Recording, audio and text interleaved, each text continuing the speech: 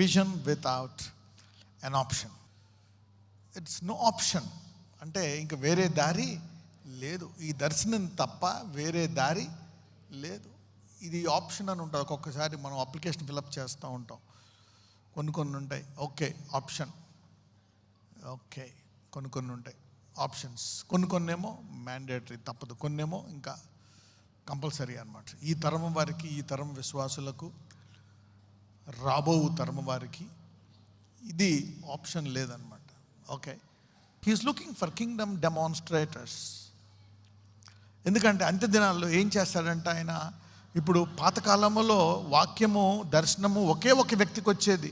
ఆ కాలంలో సమూయేలు ఒక్కడికే వచ్చేది.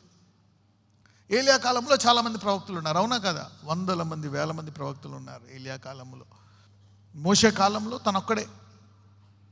సమూయేలు కాలంలో అయితే అసలు ఎక్కడ ఎవ్వరికి వాక్యం వినే ఆస్కారం లేదు, ఒకే ఒక్కడు వినేవాడు. ఎలి తర్వాత ఎవరు? సమూయేలు. సో అయితే అంత్య దినాల్లో దేవుడు ఈ ఆత్మను ఎంతమంది మీద కుమ్మరించడానికి రెడీగా ఉన్నాడు? సర్వ శరీరుల మీద. పేతురు కూడా కొంచెం యోదయ మతంలోంచి బాగా పాటించినటువంటి వాడు కనుక దేన్ని ముట్టుకోకూడదు, వాళ్ళతో మాట్లాడకూడదు, కొన్ని తినకూడదు అనేటువంటి రూల్స్తో ఉండేవాడు. అటువంటి పేతురు కూడా ఒకసారి వాక్యం చెప్తుంటే కొర్నేలియస్ దగ్గరికి వెళ్ళి వాళ్ళ మీద సాధారణంగా వాళ్ళకి వాక్యం చెప్పి దేవునిలో విశ్వాసాన్ని బలపరిచి స్థిరముగా ఉన్న తర్వాత వారికి బాప్తిజం ఇచ్చి ఆ తర్వాత ఇంకా బోధించిన తర్వాత చేతులేస్తే వారి మీదకి ఏమొచ్చేది? పరిశుద్ధాత్మ వచ్చేది. అలాంటిది కూర్చొని 2 నిమిషాలు మాట్లాడిన వెంటనే వాళ్ళు అన్యులు, వారి మీదకి ఏమొచ్చిందంట? పరిశుద్ధాత్మ వచ్చి వారు దేంతో మాట్లాడడం మొదలుపెట్టారు. షాక్ అయిపోయాడు పేతురు. ఇదేంటిది? పేతురికి అన్ని షాక్లే. నేర్చుకున్నామంటే నేర్చుకునేవాడికి షాకులు వచ్చినా కానీ తర్వాత బలంగా ఆశీర్వదించబడతాడు. ఓకే, అందుకే నేను అంతకుముందు మోషే గురించి ఒక మాట చెప్పాను. మోషేలో ఏంటి ఆ గుణము? సాత్వికము, వినయము, నేర్చుకోవాలనేటువంటి ఆశ. ఏ స్థాయికి వెళ్ళాడో మనం చూసాం. Right, how to be blessed. Stagnation, మన జీవితంలో ఇరుక్కుపోతాం, ఇంక లైఫ్ అంతా ఇలాగ ఉండిపోతాం. మహిమ నుంచి అధిక మహిమకి ఎలా వెళ్ళాలో మీకు మంచి తాళపు చెవిచ్చాను. I give you a very big key. Right, so now ఇక్కడ సమూయేలుని చూస్తే హీ మేడ్ ఎ డెమాన్స్ట్రేటర్. కేవలం మాటలు చెప్పేవాడుగా కాకుండా అతను ప్రార్థిస్తే ఉరుములు వచ్చేటప్పటికి వాళ్ళు ఏం చేశారో చూసి భయపడ్డారు. అరే, దేవుడు భూలోకాన్ని స్వతంత్రించుకునే దేవుడు, భూమి ఆకాశము ఆయనది అని వారిని రుజువుపరిచాడు. Demonstrate. Okay, God wants you to demonstrate,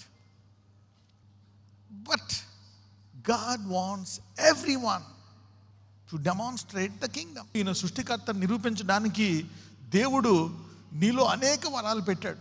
సాధారణంగా 9 వరాలు ఉంటాయి, కానీ ఎన్ని వరాలు ఉన్నాయి? నానా విధములైన వరాలు. ఎందుకు ఉన్నాయో తెలుసా? ఏ సందర్భంలో, ఎట్టి పరిస్థితుల్లో అయినా, అవతల వాడికి ఏ టైంలో అయినా దేవుని యొక్క ప్రత్యక్షత ఆ టైంలో చూపించే సామర్థ్యం. ఫర్ ఎగ్జాంపుల్, అనారోగ్యంతో ఉన్నారు, ఏం తీస్తావు బయటికి? స్వస్థత. ఏమి లేదు, రోగుల మీద మీరు చేతులు ఉంచగా నీకెందుకు? నువ్వు బలహీనడు ఉన్నా, నీకు షుగర్, బీపీ, థైరాయిడ్ అన్నీ ఉన్నా సరే, నువ్వు ఆ బలహీనమైన చేయి తీసి అతని మీద పెడితే దేవుడు అతను స్వస్థపరుస్తాడు. ఎలీషా మరణకరమైన రోగంలోని చనిపోతున్నప్పుడు రాజుని గద్దిస్తాడు, నా అభిషేకాన్ని తక్కువ అంచనాయిక, నేను చనిపోతున్నాను, అభిషేకం పవర్ఫుల్, నువ్వు ఆ బాణాన్ని 3 సార్లు కొట్టావు అని చెప్పి మందలిస్తాడు. The anointing is very powerful in every believer. ఎందుకంటే అది నీది కాదు, నువ్వు బలహీనుడు అయినా నీలో అభిషేకము దేవునిది, అది 100% ఆయన పవర్ తగ్గదు. నీ బలహీనత బట్టి, నువ్వు చేసిన తప్పులను బట్టి నువ్వు దాన్ని అండర్ ఎస్టిమేట్ చేసుకొని వాడవు. ఆశ లేక, దాని గురించి ప్రార్థించక, దాని గురించి బోధింపబడక, అవి చూడక, you don't see those things. ఇప్పుడు అదనమాట, నానా విధములైనటువంటి వరాలు నీలో ఉన్నాయి, బయటికి తీయడానికి దేవుడు సిద్ధంగా ఉన్నాడు. ఏ విధము? సపోజ్ వాళ్ళకి భయంలో ఉన్నారు అనుకో, నువ్వేం చెప్పగలవు? ప్రాఫెసీ. ఇంకేదైనా, ఎనీథింగ్, దట్ గిఫ్ట్. ఏంటి నీ problem? Whatever it is, నీ ఫ్యూచరా, నీ పాస్ట్ సిన్సా, యూ క్యాన్ టెల్, నో ఇలా చేయబోతున్నాడు, అది ఇలా పోతుంది. You got a gift in you. దీన్ని బయటికి తీయడానికి దేవుడు సిద్ధంగా ఉన్నాడు. Every believer has this gift to know that నేను నమ్మిన దేవుడు సృష్టికర్త, he can talk to you at any time. So ఈ వాక్యాన్ని సజీవంగా చూపించవచ్చు మీరు ఎవరికైనా, 24 hours ఎట్ ఎనీ టైం. అర్ధరాత్రి లేపన నీకు చూపించవచ్చు నువ్వు. Look, this God is a working God, a living God, 24/7. యాకోబు చనిపోతున్నాడు, ముసలివాడు పిలిచాడు, అందరు రండి అందరినీ పోగేస్తాడు. పోగేసి నేను ఇప్పుడు చచ్చిపోతున్నా, అయిపోయింది కాదు, మీరు ఏమేమి అవ్వబోతున్నారో చెప్తా, ఒక్కొక్కళ్ళ గురించి మీరేం చేయబోతున్నారో చెప్పి ఇది మీ జీవితం అని చెప్పి వెళ్ళిపోయాడు. That's how a believer should leave this planet. Hallelujah. You see that? You getting me now? ఏ సమయంలో ఏం కావాలా? The gift, the gift. నానా విధములైన వరాలు. సమూయేలు కాలంలో అందరూ దేవుణ్ణి ఆరాధించారంట.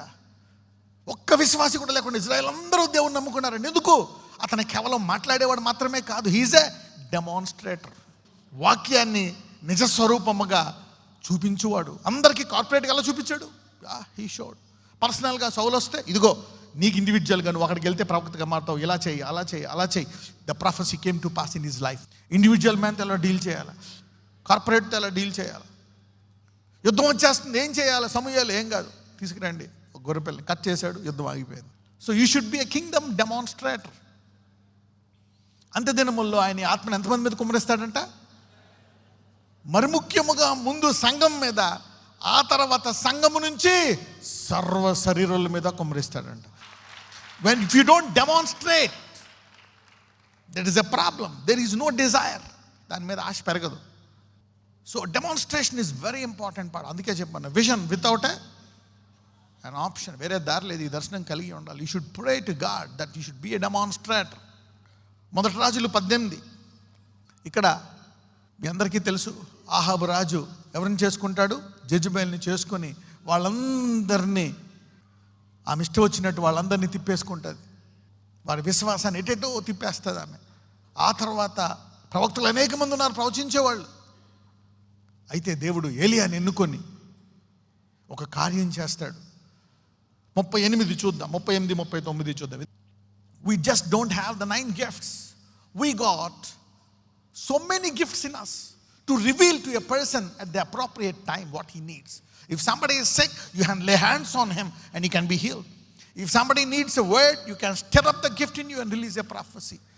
If somebody needs anything, you can stir up the gift. You got a Holy Spirit which can give the relevant gift for the relevant problem. You see that every believer can be a kingdom demonstrator, so that this book is not a history. This is a living word which works and helps and demonstrates. That's what Samuel did. What did Samuel do? He warned them about the past, and he told them to be steadfast, and he prayed, and there were thunders in heaven. So people were established in their faith. You see that? So every woman and man, you know, every decode person will be a powerful demonstrator. David was a demonstrator. Daniel was a demonstrator. All right. Daniel code is praying 3 times a day.